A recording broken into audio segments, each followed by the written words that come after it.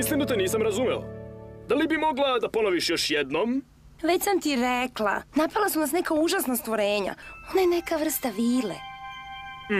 Shvatam. Jel mi veruješ onda?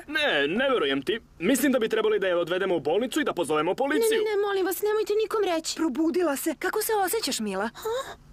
Dobro sam.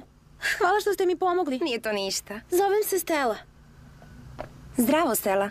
Moje ime je Bloom. Vaša ćerka me je spasila. Oterala je vukodlake sa energetskim štitom. U stvari, ne znam kako sam to izvela. Vile ne treba da znaju kako. Oni to jednostavno urade. To je sve. Ja sam... Vila? Naravno da jesi. Nemoj mi reći da nisi. Trebalo bi da pođeš sa mnom u dvorac Elfija. To je škola za vile.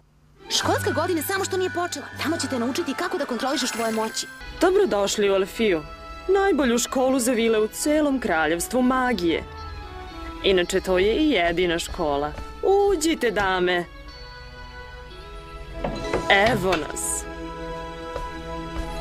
I tako počinjemo novu školsku godinu. Kada se ona završi, bolje ćemo se poznavati. Postati vila nije lak zadatak, ali znam da vi to možete.